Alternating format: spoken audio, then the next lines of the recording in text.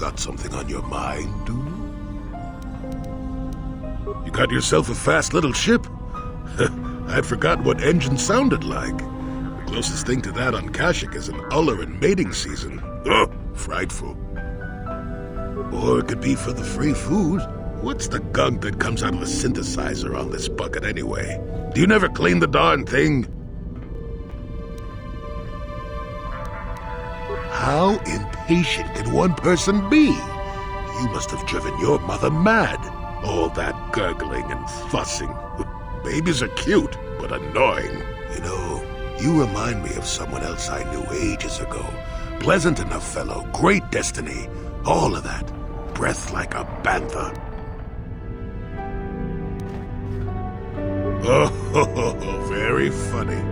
Is it my fault that some people are so easily annoyed? Like impatient little children with blasters. Anyway, where was I? Oh yes, Andor Vex was his name. The force swirled around him like a hurricane.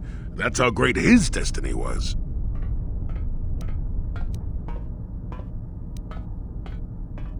Well, it's not so much a hurricane as a slight breeze. But that doesn't mean anything.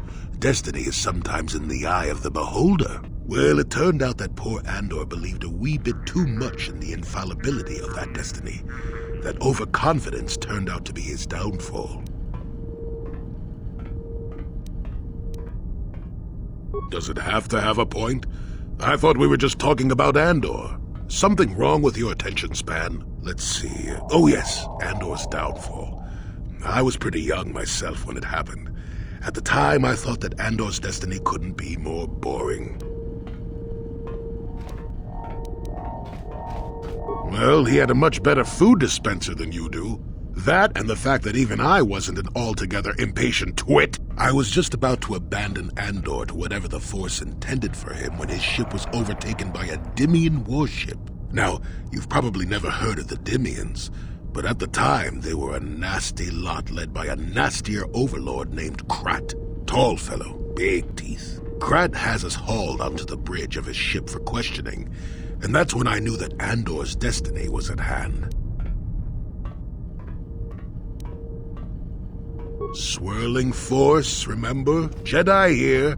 Granted, I was just interpreting the signs, but we get trained in that sort of thing, more or less. Well, Andor decides that his destiny makes him invulnerable and starts making all sorts of demands. Free me now. I'm not answering questions. Blah, blah, blah. Don't you know who I am? Yeah. Krat decides he's had enough and begins crushing Andor's neck. I told the boy he should have kept his mouth shut. I think he agreed, too, or those could have just been gurgling noises. Well, anyway. Finally, Krat has enough of Andor and tosses him aside into this giant energy intake shaft. Andor gets sucked in and starts bouncing around, screaming.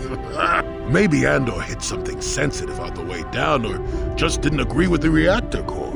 Next thing I know, all the ship's alarms are ringing. Everyone panics, and I run, barely making it to the ship in time before the explosion. Krat dies horribly, and the Dimians never quite recovered. Changed the political course of the entire sector for centuries to come. I'd call that quite a destiny, wouldn't you? Well, now that's the ingratitude of youth for you. I relate an exciting tale, and do I get thanked for it? No, it's all me. Anyway, go on. My throat is dry, and you're making me cranky. Shoo!